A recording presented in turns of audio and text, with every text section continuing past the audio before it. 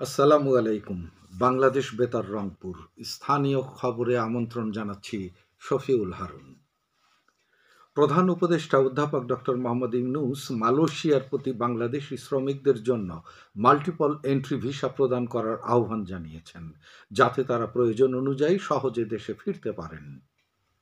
গতকাল রাজধানীর রাষ্ট্রীয় অতিথি ভবন যমুনায় মালয়েশিয়ার হাই কমিশনার মোহাম্মদ সুহাদা ওসমান প্রধান উপদেষ্টার সঙ্গে সাক্ষাৎ করতে এলে তিনি এই বিষয়টি উপস্থাপন করেন। প্রধান উপদেষ্টা গত বছরের মে মাসে নির্ধারিত সময়সীমার মধ্যে কাজে যোগ দিতে না পারা 18,000 বাংলাদেশি শ্রমিকের প্রবেশের সুযোগ নিশ্চিত করারও আহ্বান জানান। গত অক্টোবর মাসে ঢাকায় মালয়েশিয়ার প্রধানমন্ত্রী আনোয়ার ইব্রাহিমের সঙ্গে অনুষ্ঠিত বৈঠকের কথা স্মরণ করে প্রধান উপদেষ্টা আশা প্রকাশ করেন, মালয়েশিয়া এই প্রক্রিয়াটি দ্রুত এগিয়ে নেবে। জ্ঞান বিজ্ঞানে করব জয়, সেরা হবে বিশ্বময়, এই প্রতিপাদ্যের আলোকে রংপুর সদর উপজেলায় 2 দিনব্যাপী 46তম জাতীয় বিজ্ঞান ও প্রযুক্তি মেলা শুরু হয়েছে। উপজেলা প্রশাসনের আয়োজনে গতকাল উপজেলা পরিষদ চত্বরে উন্মুক্ত মেলাটির উদ্বোধন করেন উপজেলার নির্বাহী কর্মকর্তা মোহাম্মদ সাইফুল ইসলাম। মেলাটিতে 12টি শিক্ষা প্রতিষ্ঠানের শিক্ষার্থীরা নিজ নিজ উদ্ভাবনী নিয়ে অংশগ্রহণ করছে। তারুণ্যের উৎসব উদযাপন উপলক্ষে গাইবান্ধার গোবিন্দগঞ্জ উপজেলা পরিষদের মিলনায়তনে এক আলোচনা সভা অনুষ্ঠিত হয়। উপজেলা নির্বাহী অফিসার সৈয়দা ইয়াসমিন সুলতানা এতে সভাপতিত্ব করেন। এ উপলক্ষে উপজেলা পরিষদ চত্বরে 3 দিন ব্যাপী খেলাধুলা, সাংস্কৃতিক অনুষ্ঠান, চিত্রাঙ্কন, বিতর্ক প্রতিযোগিতা ও পুরস্কার বিতরণ অনুষ্ঠানের আয়োজন করা হয়েছে। তারুণ্যের উৎসব 2025 উদযাপন উপলক্ষে কুড়িগ্রামের রৌমারী উপজেলা পরিষদ চত্বরে আজ সকালে উপজেলা পর্যায়ে কর্মশালা শুরু হয়েছে। এতে কুইজ, রচনা ও চিত্রাঙ্কন প্রতিযোগিতা অনুষ্ঠিত হচ্ছে। ভারপ্রাপ্ত উপজেলা নির্বাহী অফিসার রাসেল ডিও কর্মশালার উদ্বোধন করেন। দিনব্যাপী এই কর্মশালায় উপজেলার বিভিন্ন শিক্ষা প্রতিষ্ঠানের শিক্ষার্থীরা অংশগ্রহণ করছে।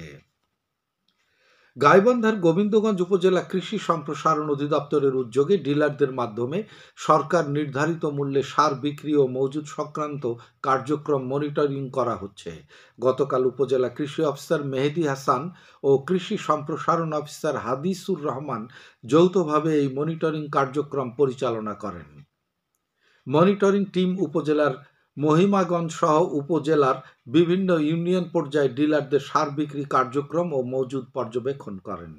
কৃষি সম্প্রসারণ অধিদপ্তর জানিয়েছে, কৃষকরা যাতে সরকার নির্ধারিত মূল্যে নির্বিঘ্নে সার পায় এবং কোনো স্বার্থান্বেষী মহল যাতে কৃত্রিম সংকট সৃষ্টি করতে না পারে, সেই জন্য এই মনিটরিং কার্যক্রম অব্যাহত থাকবে।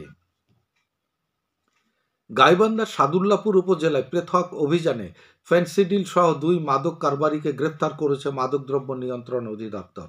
এ সময় তাদের কাছ থেকে 50 বোতল ফেনসিডিল জব্দ করা হয়। মাদকদ্রব্য নিয়ন্ত্রণ অধিদপ্তর গাইবান্ধা সূত্রে জানা গেছে, গ্রেফতারকৃতরা হলেন সোহেল রানা ও মাসুদ রানা। গতকাল জেলার সাদুল্লাপুর উপজেলার একবারপুর এলাকায় ঢাকা রংপুর মহাসড়কে এই অভিযান চালানোর সময় তাদের কাছ থেকে এসব ফেনসিডিল জব্দ করে আসামিদের গ্রেফতার করা হয়। জয়পুরহাটের কালাইয়ে পৌর বিএনপির উদ্যোগে শতাধিক দুস্থ শীতার্থের মাঝে শীত বস্ত্র বিতরণ করা হয়েছে। গতকাল কালাই যাত্রী ছাউনির অদূরে একটি চাতালে এসব শীত বস্ত্র বিতরণ করা হয়। শীত বস্ত্র বিতরণ অনুষ্ঠানে অন্যান্যের মধ্যে কালাই পৌর বিএনপির আহ্বায়ক সাজ্জাদুর রহমান তালুকদার সোহেল উপস্থিত ছিলেন।